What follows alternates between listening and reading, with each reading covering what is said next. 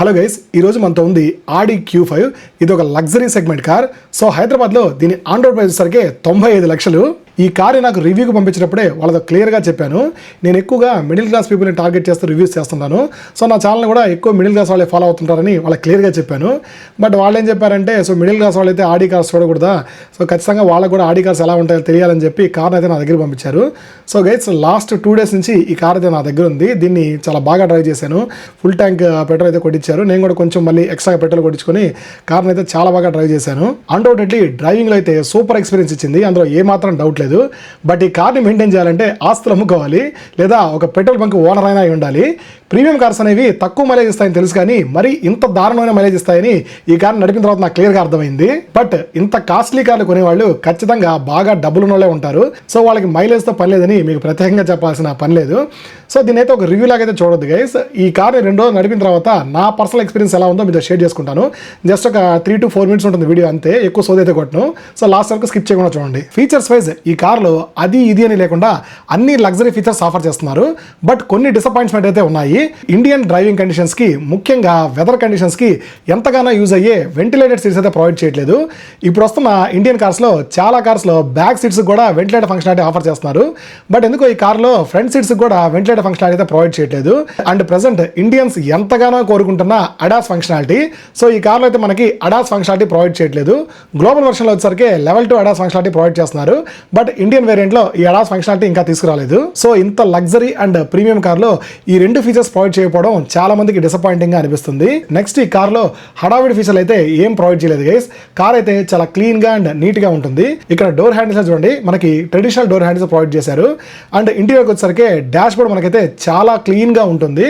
చూడండి, మనకి ఇక్కడ ఏసీ కంట్రోల్స్ కానీ, ట్రాక్షన్ కంట్రోల్ కానీ, అండ్ హిల్ హోల్డ్ అసిస్ట్ కానీ, వీటన్నిటికీ మనకి ఫిజికల్ బటన్స్ ప్రొవైడ్ చేశారు.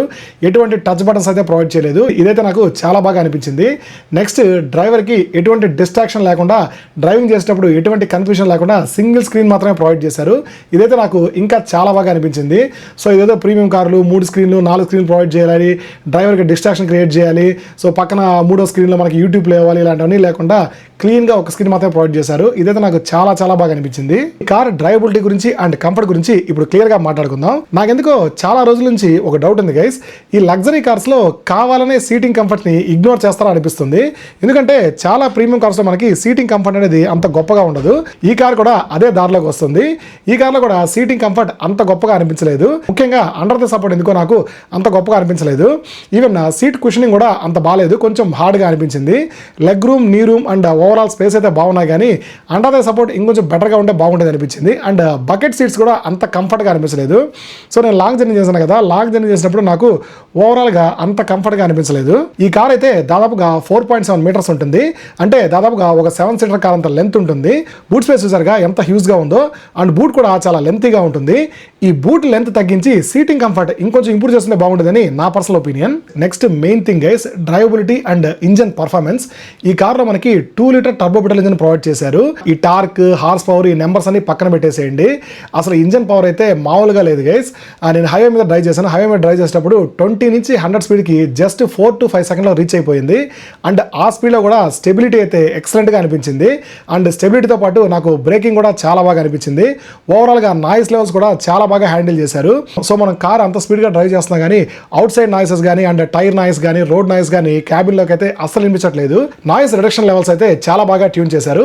ఇంకా హైవే మీద ఓవరాల్గా సస్పెన్షన్ కానీ, అండ్ హ్యాండ్లింగ్ కానీ, దెన్ స్టీరింగ్ రెస్పాన్స్ కానీ చాలా బాగా అనిపించాయి. బట్ కమింగ్ టు సిటీలో నాకు సస్పెన్షన్ ఎందుకో అంత గొప్పగా అనిపించలేదు. ఇంత ప్రీమియం కార్లో సస్పెన్షన్ నేను ఇంకొంచెం గొప్పగా ఊహించాను, బట్ సస్పెన్షన్ అయితే నాకు ఎందుకో అంత బాగా అనిపించలేదు. నెక్స్ట్, స్టీరింగ్ రెస్పాన్స్ ఎందుకో అంత గొప్పగా అనిపించలేదు. హైవే మీద బాగానే ఉన్నప్పటికీ సిటీలో స్టీరింగ్ రెస్పాన్స్ కొంచెం ఓకేగా అనిపించింది. తర్వాత ఓవరాల్గా డాష్ బోర్డ్ విజిబిలిటీ కానీ, ఫ్రంట్ బానెట్ విజిబిలిటీ కానీ చాలా క్లియర్గా అనిపించాయి. అండ్ డ్రైవింగ్ పొజిషన్ కూడా చాలా కమాండింగ్ అనిపించింది. సో ఓవరాల్గా డ్రైవబిలిటీలో నేను అబ్జర్వ్ చేసిన పాజిటివ్స్ అండ్ నెగిటివ్స్ ఇవే guys. Finally coming to mileage, సిటీలో ఎక్కడా కూడా నాకు 5కు మించి మైలేజ్ రాలేదు. అండ్ హైవే పైన 7 to 9 మధ్యలో ఫ్లక్చుయేట్ అవుతూ ఉంది. సో ప్రీమియం కార్స్ అయినంత మాత్రాన అన్ని విషయాల్లో పర్ఫెక్ట్గా ఉండవని చెప్పి నాకు ఈ కార్ డ్రైవ్ చేసిన తర్వాత క్లియర్గా అనిపించింది. ఇంకా ఇలాంటి జెన్యూన్ అండ్ మాస్కులైన్ డిస్కషన్స్ కోసం మన ఛానల్ని తప్పకుండా సబ్స్క్రైబ్ చేసుకోండి.